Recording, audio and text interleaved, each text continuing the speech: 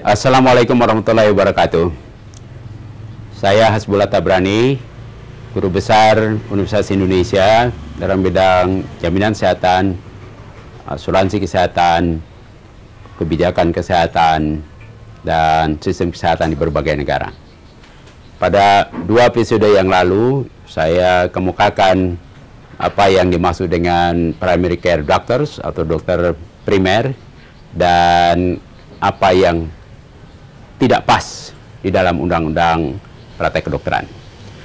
Pada episode kali ini, saya ingin sedikit mengupas bagaimana kekeliruan di dalam sistem kedokteran kita telah berlangsung lama dan solusi yang bisa kita lakukan yang mudah-mudahan bisa menyelesaikan dan sinkron dengan jaminan kesehatan nasional yang sedang kita kembangkan dan akan menjadi modus layanan medis di masa depan. Di Indonesia sejak lama kita telah melalui jalan keliru dengan membuat pendidikan dokter dan pelayanan kedokteran sebagai komoditas dagang.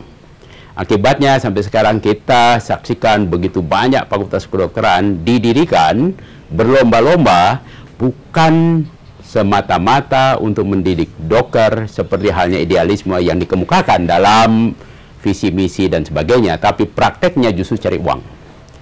Pendidikan dokter menjadi mahal, uang muka menjadi mahal, karena dokter dinilai gampang mencari uang, maka banyak penduduk tidak keberatan bayar 300-400 juta, bahkan saya dengar untuk spesialis ada yang di atas 500 juta.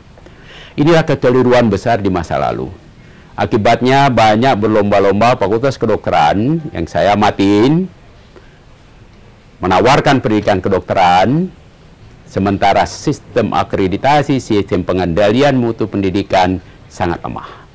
Akibatnya kita bisa memproduksi dokter dengan kualitas yang tidak bagus. Kita akan oversupply, tapi kualitas tidak bagus. Ini bermasalah.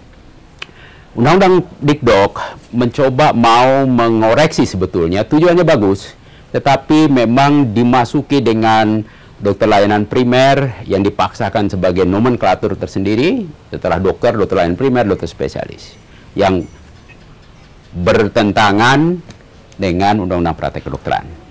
Nah, ini akan menimbulkan masalah di lapangan. Nah, sesungguhnya saya dengar dari beberapa teman, konsep dokter layanan primer ini adalah dokter keluarga yang diinginkan. Kalau dokter keluarga, seperti halnya di berbagai negara, ada namanya family physician.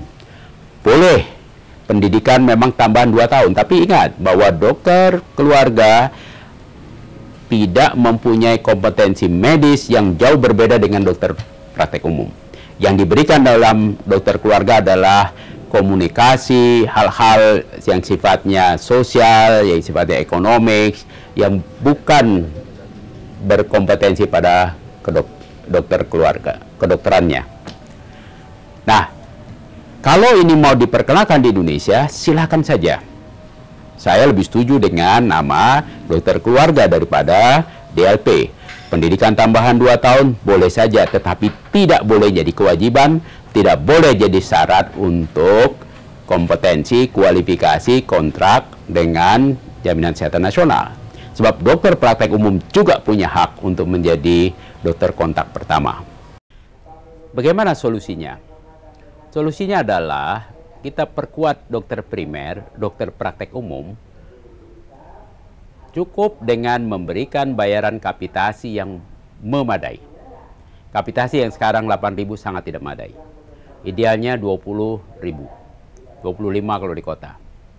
Nah, kalau kita bayar dokter umum dengan jumlah yang seperti itu, bukan di puskesmas, tapi dokter praktek umum, dokter di klinik, dan kita perkuat kompetensi yang 155 condition itu saja dulu, kita sudah cukup bisa memperkuat.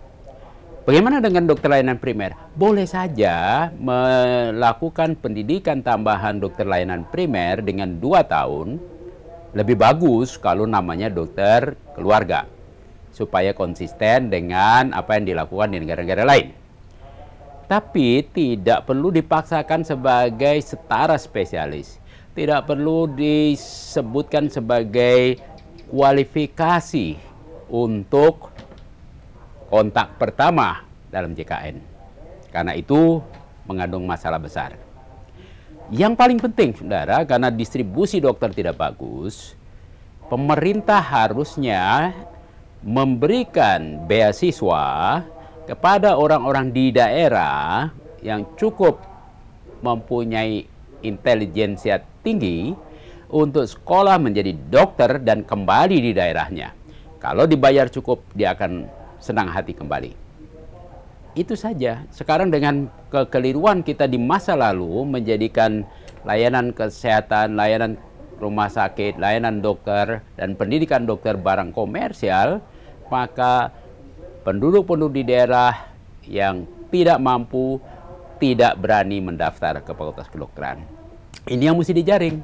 Cari di SMA-SMA yang bagus, nilainya bagus, karakternya bagus, dan lain sebagai beasiswa untuk melayani JKN. Insya Allah ini akan jauh lebih bagus daripada memaksakan di Undang-Undang DLP. Yang ingin memperdalam, punya idealisme menjadi dokter keluarga, fokus kepada keluarga, silahkan tambah pendidikan 2 tahun lagi. Tidak ada masalah, ya, asal tidak disalahkan atau dipersyaratkan menjadi syarat kualifikasi kontak pertama. Kembali lagi, jangan itu. Dan satu-satunya cara sekarang kita revisi undang-undang itu. Mudah-mudahan kita semua sepakat. Mari kita lakukan. Tidak ada yang tidak bisa. Terima kasih. Assalamualaikum warahmatullahi wabarakatuh. Salam sejahtera.